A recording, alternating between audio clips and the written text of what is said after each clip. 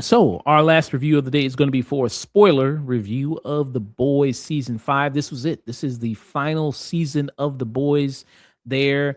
Um this is the main show. This is over now. There's going to be some spinoffs. There's that Vought Rising, which we're Mhm. going to get into there with that. But this is for for the main series. This is it. It's been 7 years, I think, since when the show first came out there to this ending. And it's divided some people there. Even this whole season, not only with the series finale, but this season as a whole, it's divided some people. Some people go Mhm. like, oh, this is actually pretty good. Some people go like it was kind of mess. Some people say, oh, this is really bad there. It's been funny to see it kind of pissing off some of the right people there. That's kind of been kind of entertaining. But what is going on in this final season of The Boys? Well, this is the end game. They finally think that we have the final weapon that can kill Homelander after the other 2-3 seasons they've been trying to do that of like, we got this weapon that can kill Homelander. All we got to do is just get it to him. After that failing the last 2-3 seasons, this is it. This is finally, they got the right weapon here to finally do it.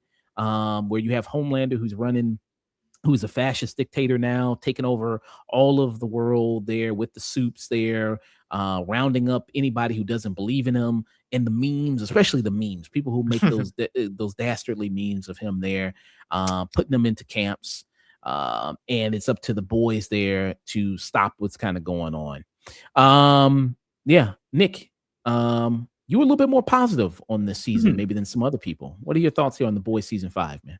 Yeah, season 5 of the show, I think that it's a solid season of the show. I feel like it did a good job of making this of writing a conclusion that feels natural and satisfying, especially with how they wrap up the story for both Butcher and Homelander, in that both of them are kind of like s- different sides of the same kind of like fucked up coin in both of them. Where I think this season kind of like falls off a little bit is that there was already an announcement prior to going into the season that there was going to be a spinoff set in the 50s starring Soldier Boy. We got like cast announcements and like production photos of some of the members of that team that we're going to be following in that show. And it's felt like we were spending almost half the season just dropping Easter eggs and setting up Vought Rising instead of pushing the current story forward.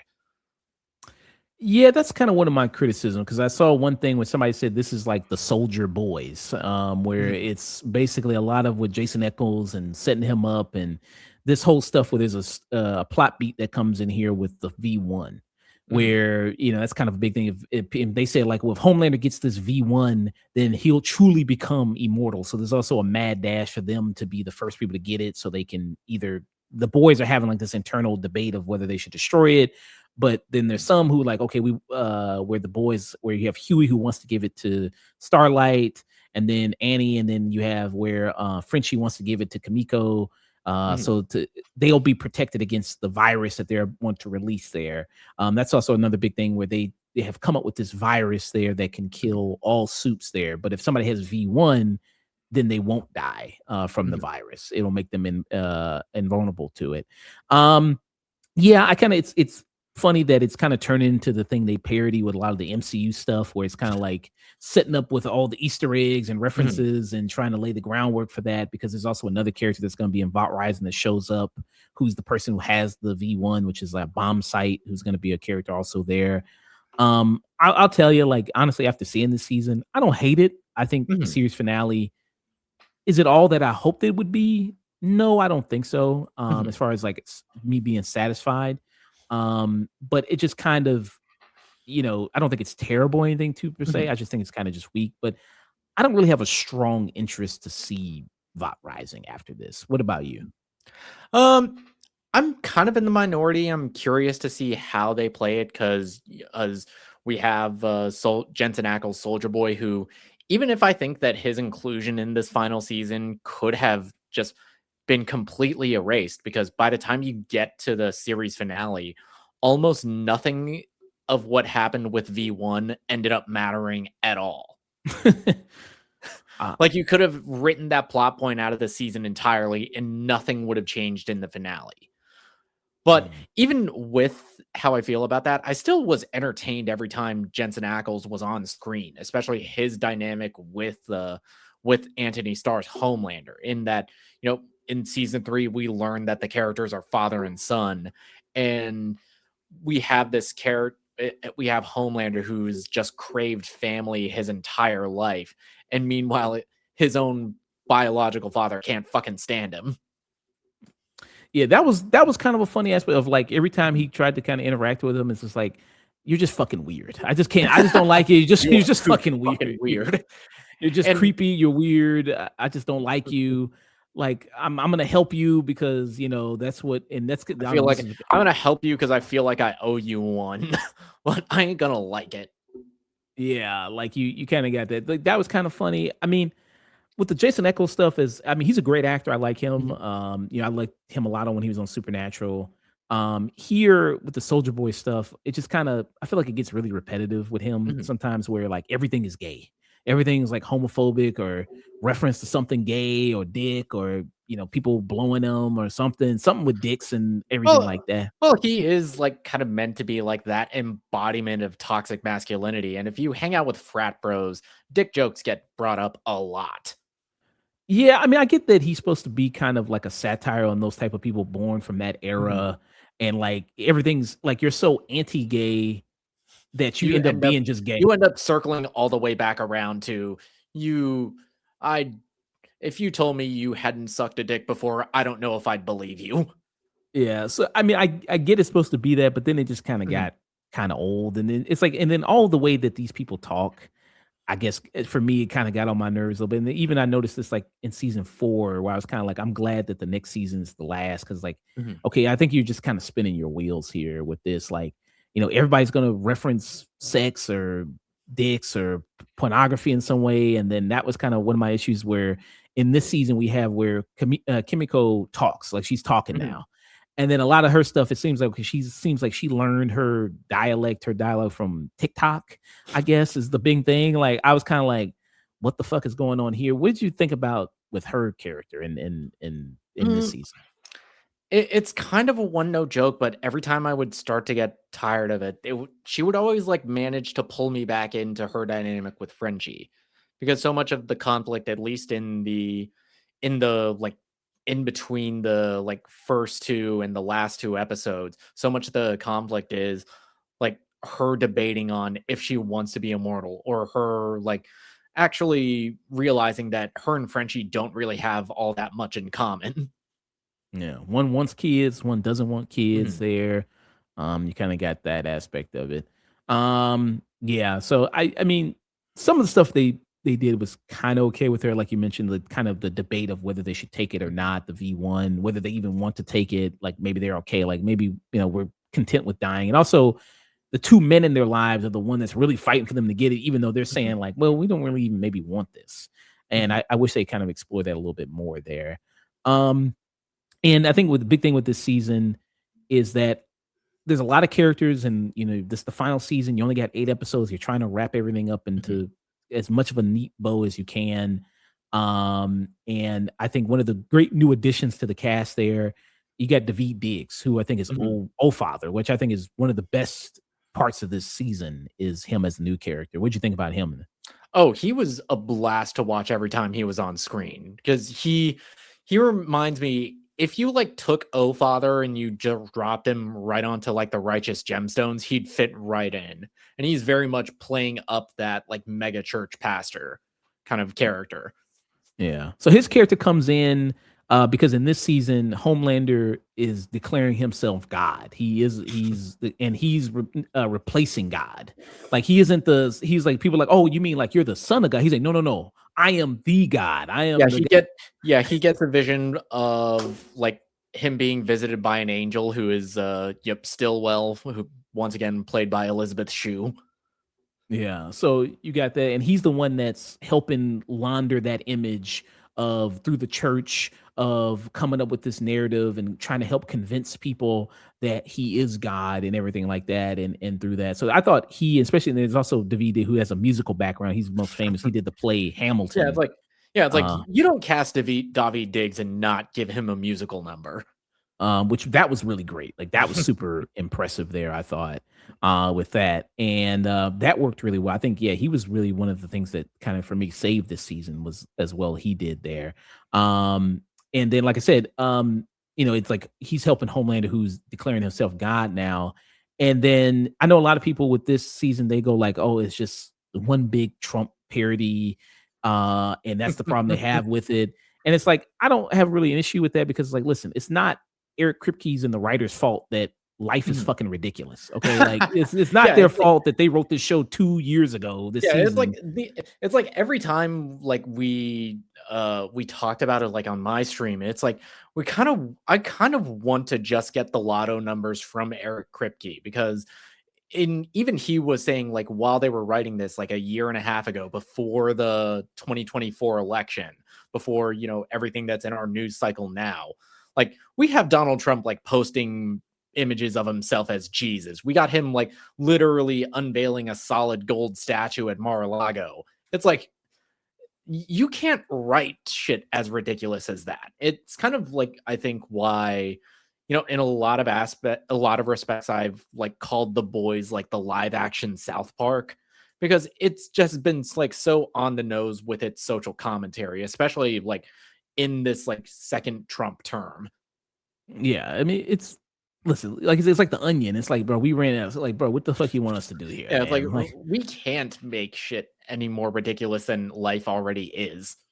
so I don't blame him for that. You know what I mean? Because like I said, like you said, they wrote the show a year and a half ago. The stuff with Mhm. Homelander has a gold statue. He didn't know that Trump was literally going to make a gold statue of himself. You know, what I mean? And literally post AI images of himself as God and all that stuff. So yeah, I think then I know people that was kind of one of the sticking points of like politically, like the show is so political and it's just overriding the show itself. Do you ever feel like did you feel like that with this season that ever moment like it, you know, the politics overrode the actual story of the show at all this season? The story has always been like inherently political. Like even back in season 1 where, it was like less overt, but it was still always there. Mm, yeah. And here it's coming face to face because you have it where, like I said, he's basically taking over everything. He runs the government, he runs, the United States, Homelander. I mean, everything is kind of all Mhm. coming to head at once there. Yeah, the Uh, president literally works for him. Yeah, the president and the vice president there, who's Ashley in this, who we saw there was teased like she took Compound V, and we wondered like what powers would she get. So she kind of has like a Harry Potter Hmm. Voldemort thing kind of She going get on. she gets her like malignant tumor that is telepathic. Yeah, she has like a face on the back of her head, which is can read people's minds. Yeah, which everybody calls back Ashley. Back Ashley there. And that kind of worked there. That was kind of some fun stuff they did there. She can read everybody's mind except Sage, Sister Mhm. Sage there. Who we finally get like what her master in-game plan was with this. Mhm. And let me know, I don't, what you think about it. I thought it was a little kind of like you did all this for that, but her so and I wondered this in Gen V when we did a review of that season 2, like, okay, why is she doing all this? What the end game is gonna be? Mhm. And so she says that her end game is that she wanted to engineer a civil war between supes Mhm. and humans. Both sides will basically wipe each other out, and while both sides are doing that, she wants to live in a bunker by herself, alone, away from everything, just reading the entire time and eating Taco Bell. Um, which I'm like, you couldn't just do that anyway. Like you couldn't do that. You can't do that now. You can't just find some piece of land to go somewhere Well, and get a bunk. even she said that, it's like as long as Homelander's alive, then that's like a non-starter because somehow, some way he'd find you. Yeah, but then there was one point, what was it in season 4 where he fired her, right? In season 4, he's like, "Well, I Mhm. don't really need you," and then she came back to him. Yeah, because she anticipated that he would fire her. Yeah, so it's like, I don't know. I mean, how do you think they handled her character throughout the show and then in this final season? What do you Uh, think? it's always a difficult thing because when you write a character that is, supposed to be like the world's smartest person, what they really mean to say is she is as smart as the script writers.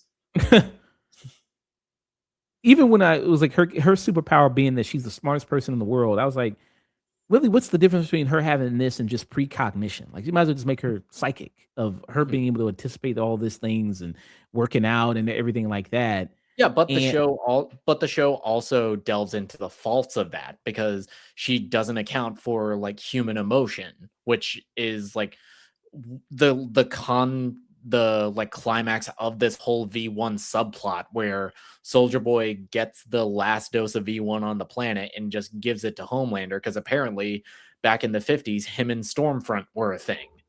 yeah. With that, and she didn't account for that. So that's one thing, Mhm. emotions. And we saw that in Gen V season 2, where she let her kind of feelings for Godolkin kind of cloud her judgment. And like, you know what I mean? She wasn't able to really predict some of the stuff he was going to be able to do. Um, I don't know. I just feel like her whole kind of like when we finally reveal what her end game was, I was like, that's really it. Mhm. That's what you wanted to do. And then, for her to kind of be so she's ends up getting blasted by Kimiko because they try to recreate the experiment of Soldier Boy to give her that same power of Which the which when that subplot came around, the only thing that was going through my head is like, wait, why wasn't this plan A?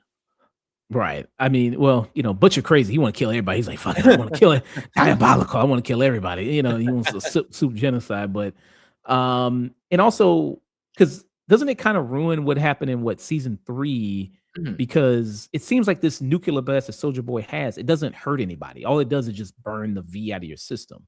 And then the big thing with Butcher was that he was trying to protect Ryan from that blast because he was like he thought it was gonna kill him. So it's kind of like, They I think they say like Soldier Boy, like he can control to some extent the intensity of that blast because he does it to Bombsight and Bombsight, he draws blood, but he's fine. But Ryan's a kid, he doesn't really have like 100% control over his powers. And Kimiko, she's just aiming to disarm at that point. She's not aiming to kill. Where Soldier Boy, every time he was using it in season 3, he was killing a motherfucker. mm. And well, in this season, we do see him kill somebody too, because he kills that one dude who's like glued to the wall. He like blasts the Mhm. shit out of him. Um, but she blasts Sage with it, so she gets rid of her powers. And then Sage just dips. She's like, "Well, okay, well, I'm out of here now. Like, peace. Like, good luck." And I'm like, "You were the main architect of this whole kind of fascist regime, and you just get to piss off to where she go to Harry Potter Wizarding World, there like that." I was kind of like, "What the fuck?"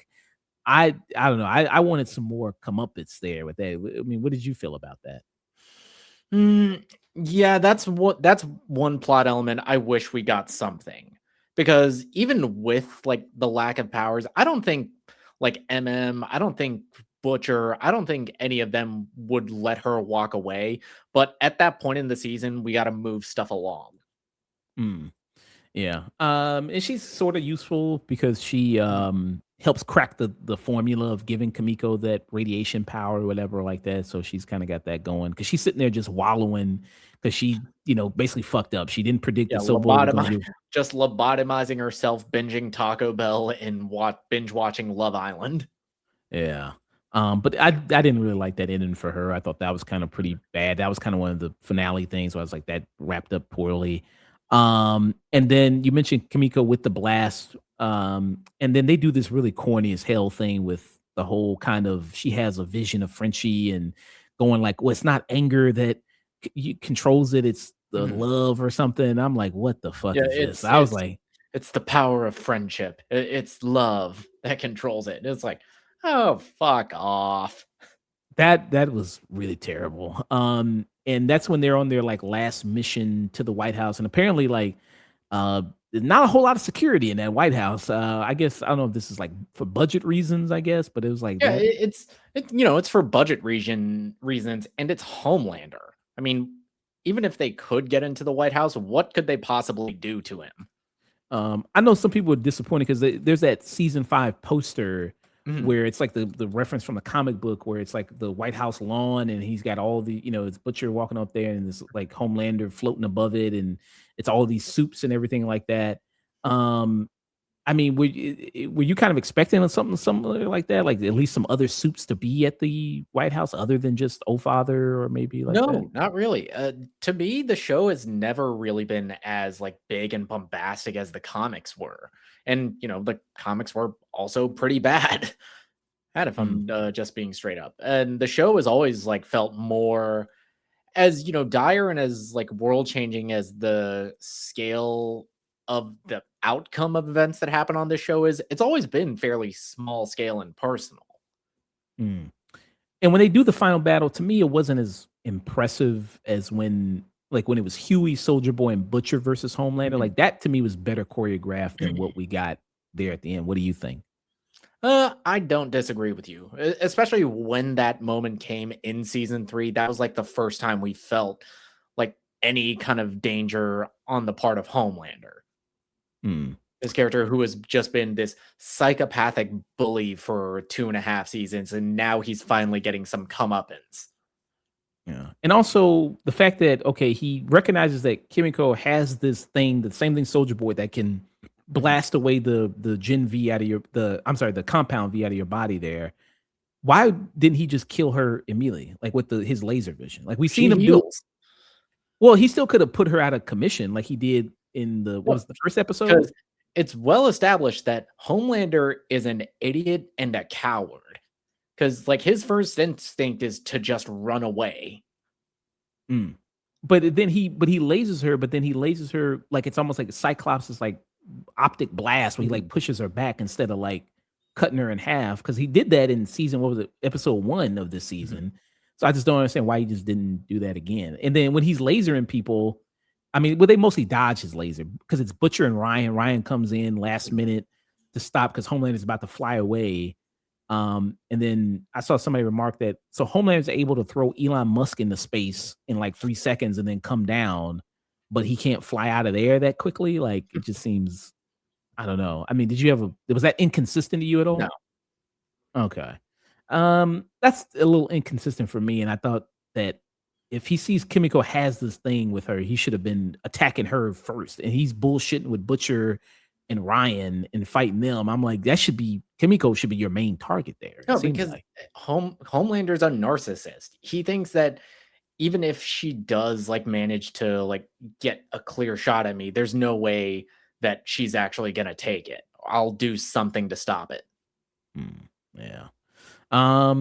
And then so you had that there, and then while that fight's happening, I think they shouldn't have had the deep fight happen. So, like they're cutting away from the Homelander thing to have Mhm, where Annie she's fighting the deep, which makes sense. I mean, that's mhm. coming to full circle what happened in the first season, and then that makes sense for her to be taking out him in this season.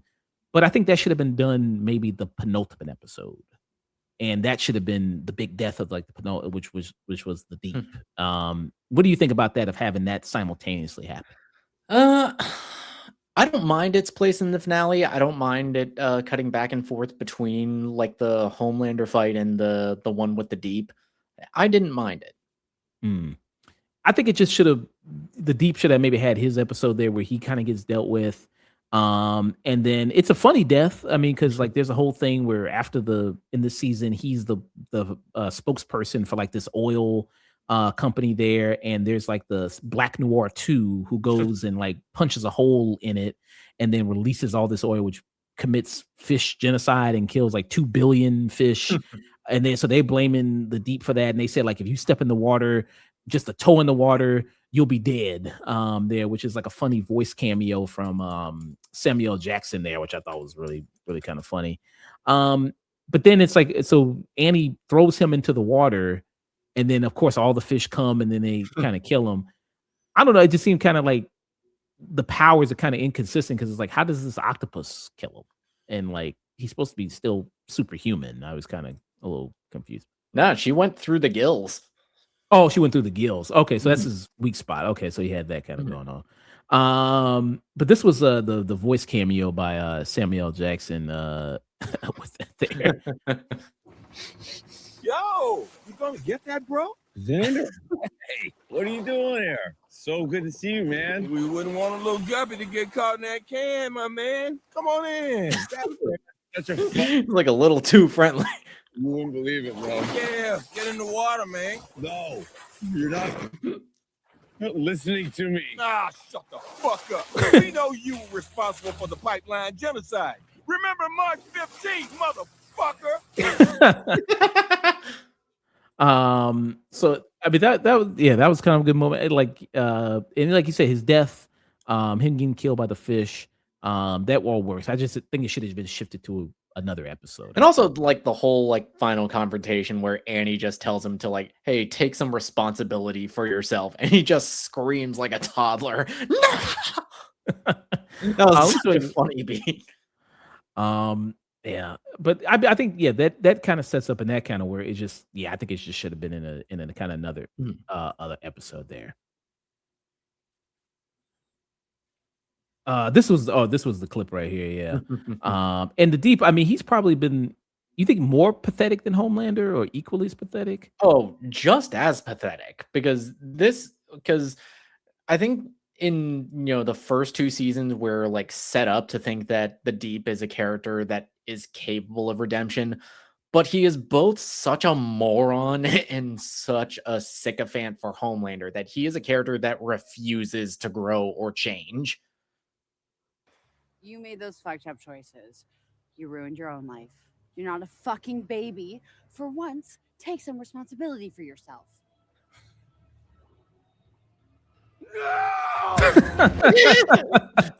I mean, he's been really great. I mean, Chase Crawford. Like he's a character that should not be as much fun to watch, but Chase Crawford just has a way of making him so stupid. He's funny.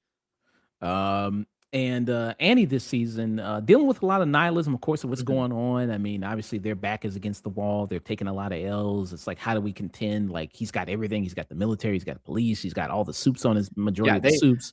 Yeah, it's like the season premieres with them leaking the Flight 37 video, exposing like the most evil thing that Homelander's done on camera, and nobody cares. He convinces everybody it's AI. Like, it's all, it's just AI. You know what I mean? It just, everybody just kind of goes, oh yeah, sure. Yeah, it's AI. You know what I mean? And that's it. And she just kind of feels defeated. And she kind of passes that on to, we see cameos from the Gen V characters, they're Marie Monroe and then Jordan, and goes like, it's just like, yeah, maybe this is just all a mistake. And, we should just kind of give up there. And if you like Gen V, if you were a fan of that show, this season said, well, fuck you, because none of this shit mattered. They said none of that shit gave, because it was like the whole thing of building Marie Monroe up in season 2 of like, she could be just as strong as Homelander, and she's almost like an omega level soup, and she's so powerful, only for them to go like, well, I heard you were just as powerful as Homelander. She's like, well, don't believe everything you hear. I mean, you know what I mean? Come on now. I thought that was and that's a complication that's gonna happen anytime you like create a spin-off that is so closely going to tie into the events of like your mainline show. And that's one of the concerns I had with them promoting the Gen V characters so heavily in the lead up to this season, and the way season 2 of that show ended, which we can't. I like Gen V season 2, but we can't talk about it without bringing up the kind of shit show of a production that it happened because of the death of Chance Perdomo, and also that the show ended up being canceled, which is tragic because I really liked where that could have gone, especially with how The Boys proper ends. Yeah. And it's not like I wanted to see her kill Homelander, because I think it, like I said, just like with Annie with the Deep, I think it butcher with Homelander, him dealing the final blow that needed to happen. That was what this show was all building up to. But it's just like the fact that they can just get regulated to like, oh, well, you're just going to be an Uber driver. You're going to take them to Canada, these people to Canada, or whatever. It's like, even if she isn't as strong as Homelander, she's still a very strong soup who her power is she can control blood. So it's like, and she can heal people. And she brought somebody back to life there at one point. So it's kind of like the fact that you wouldn't go like, okay, we need your help. We need all the hands we can get. We're going to do one final strike against Homelander, going to the White House. We need everybody we can get. And just for them to go like, oh, you people, all you Gen V characters, you got to just go back to, drive somebody somewhere. I'm like, what the fuck? But I also get that that's like a thing in comics where, Superman will show up in an issue of like a Batman comic, and Batman will just be like, all right, fuck off to your own story. But that's Batman, man. He's cool like Yeah. that. He can get away with that. All he needs is just time. He just needs, prep Or, time. like we were talking about with the Daredevil Born Again and with the Punisher One Last Kill special, where like so many of these problems could be solved if y'all had Spider-Man on speed dial. I mean, it seems like he knows his name. I mean, Spider-Man, you're on first name basis with him. But I don't know. I just kind of had an issue with that there, and we didn't even see majority of them. We saw the three. We saw Marie Jordan. I forgot what's the other girl's Emma. name? Emma, who's played by Lizzie Broadway. And then there was the dude who's bipolar or schizophrenic. We didn't see him. Yeah, we don't see him in this season. And then is there anybody else I'm forgetting that was part of that Avengers Assemble ass moment in Gen V season You 2? just see a brief glimpse of Kate in one of the episodes. It's just the headshots of all of the psychic soups. Oh, she was one of them. She was one of the. Yeah, she was one of the psychic soups that her headshot was in that lineup. Oh, gotcha. Okay. Yeah. So that was kind of one thing there with that. Yeah, but yeah, I like some of the stuff like Annie having kind of that nihilism there. I kind of like that. And like you said, her back is kind of against the wall there of all she's kind of facing with that. And with the kind of the final moment here, like I said, even with all the issues I had with that, Butcher dealing the final blow, that was satisfying. I will say that it was good. Yeah, especially like once Homelander is stripped of his powers. And just seeing him for how weak and pathetic and just like a little worm he actually is without all of that power. Man. It's like once you're on your knees saying like, please don't kill me, I'll suck your dick. It's like at that point it's a mercy killing. Yeah. Which I see some people complaining about that and going like, it's like if you don't get like this was all building toward, and of course a guy like Homelander would act like that at the very end, then you're an idiot and you didn't understand this show and you just don't fucking pay attention, because clearly this is what this show has all been building towards. They say it multiple times, even in this season, from multiple characters, that without the powers, you're nothing. You're weak. You're insignificant. You're a coward. You're small. A-Train says that. Stan Edgar says that. Ryan says that. It's like, what the fuck are you just not paying attention, or you're just fucking stupid. I mean, one or the other, or both. I don't know. With that kind of element there. But yeah, when it's the final moments, which is this right here, and he picks up the crowbar, which was from the comic. That's the thing they did bring in there. It just was like, yeah, I mean, this did feel good. I will say that. With it. Becca, you want your wife back? I'll have a shapeshifter be her. Just tell me. I'll fucking suck your dick, please. I saw somebody said like he was kind of thinking about it for a moment. He's like, well, it was like you could see it in his face. It's like, this was the guy I was so like scared of for like most of my adult life. It was like even like this beautiful note in Carl Urban's performance. It's like once he actually kills him, it brought no sense of catharsis or relief for him. You want me to eat shit? I'll eat your fucking shit. I'll eat your fucking shit. I like you.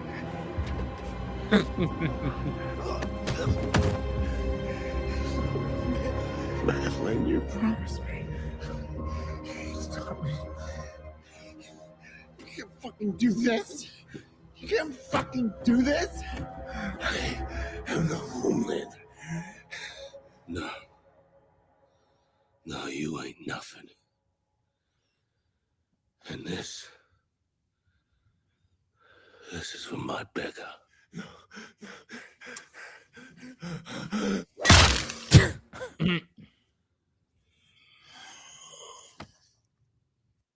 Oh man. Yeah, so that worked really well there. And I think it was with Anthony Starr who did come up with those lines right there at the end.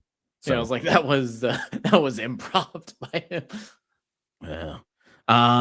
And at the end of that, you think it's like everything's good. Homelander's gone. Like they finally won, the boys. Again, it's kind of like how I felt about Daredevil Born Again. I mentioned this in my review of that, where it's like feels like not enough people got the comeuppance. I mentioned Sage but then like Ashley, even though she's gonna go like, well, I'm gonna step up as the president. I'm gonna pivot. It's like all of that Homelander stuff, that was all me, and I did nothing wrong. This just in, President Ashley Barrett has been impeached in a rare unanimous vote by Congress. And I don't know, I feel like she should have been in prison. Mm. Who else should have went to prison? There was Sage already said she went to prison.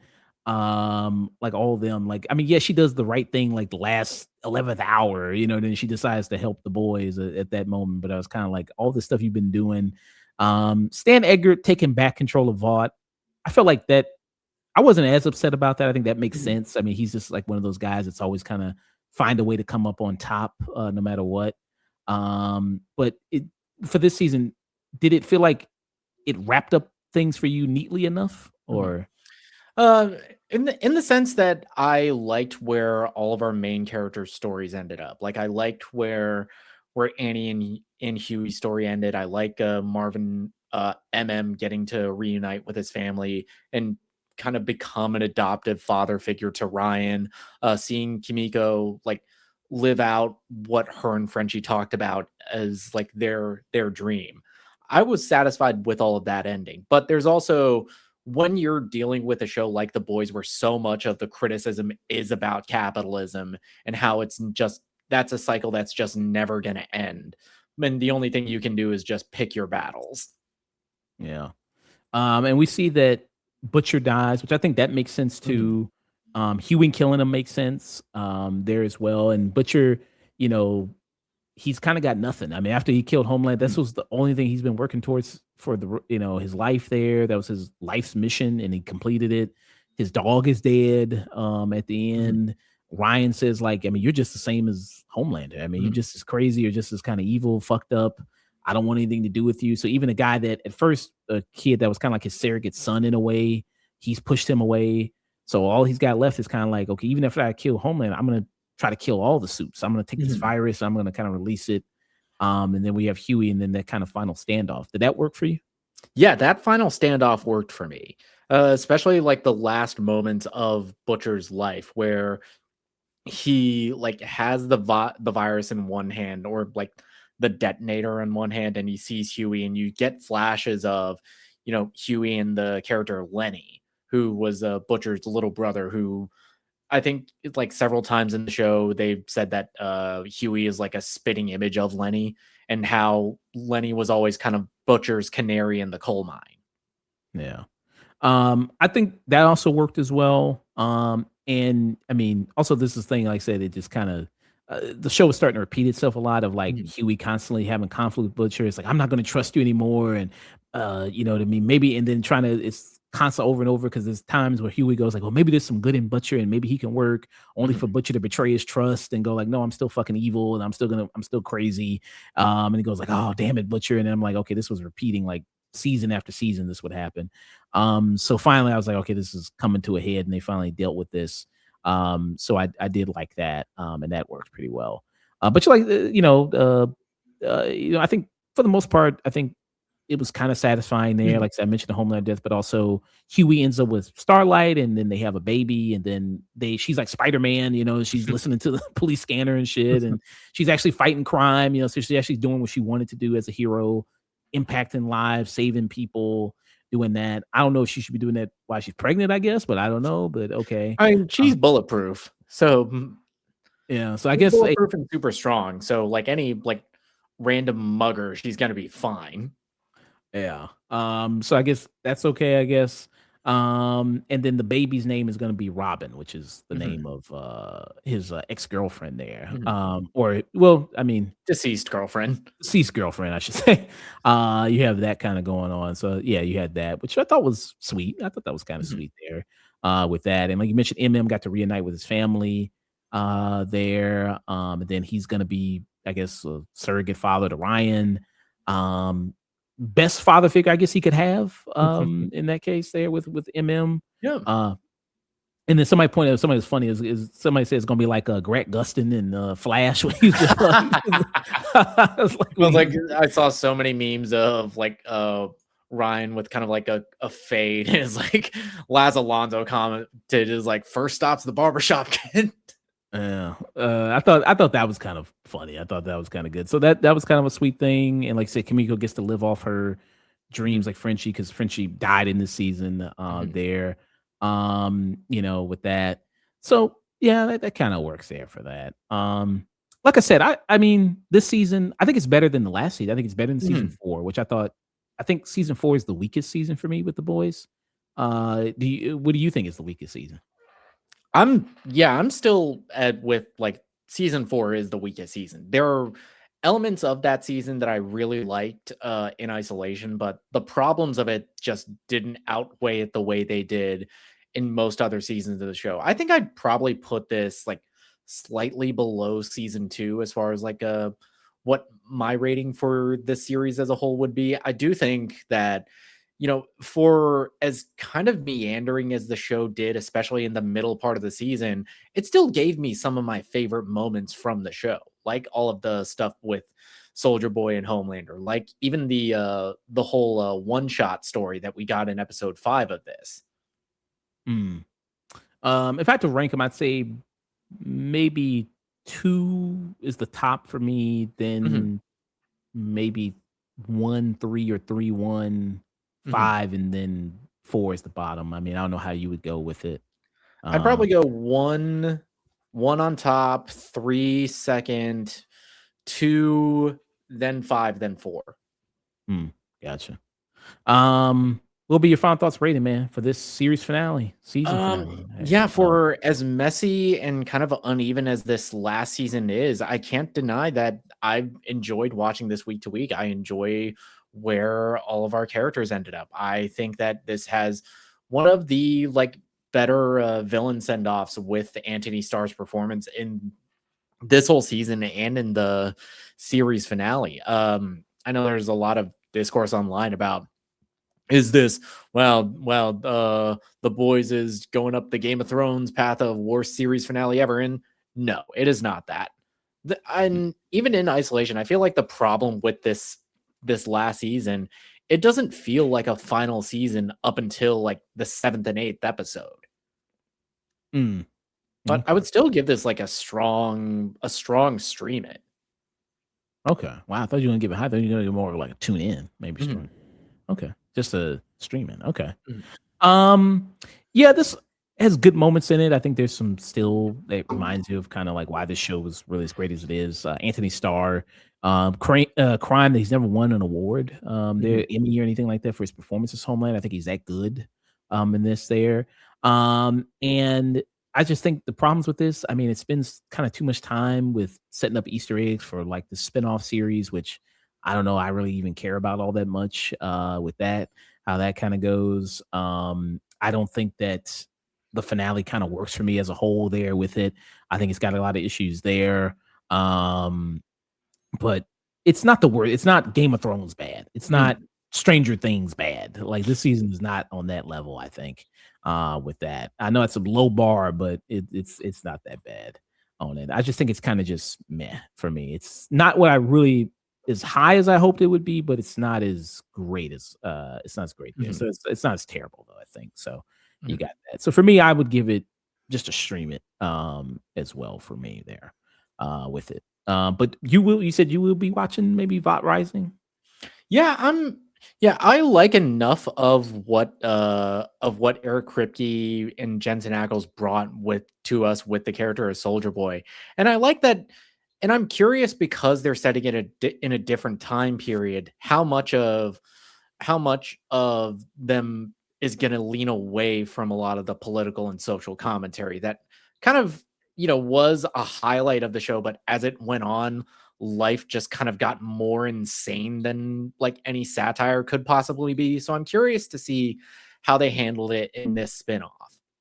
You think it's gonna be like a Better Call Saul thing where because they set up the Soldier Boy thing, he's still alive at the end of The Boys, which Mhm, also I was disappointed. I wanted MM to kill Soldier Boy, but he's still alive there. And then also there's kind of seems like they heavily hint that Clara's still alive, that she mhm. didn't die in season was it season 3 or season 4?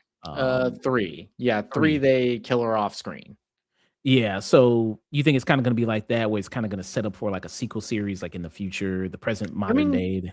possibly. I mean, I think in an interview, Eric Kripke talked about like the time period where Vought Rising is set in, and he was kind of cagey about it jumping back and forth between periods. Okay. So, maybe they'll do that there. Yeah, but, I need a break from the boys universe for a bit, with this, so, yeah, that was our thoughts on The Boys season 5.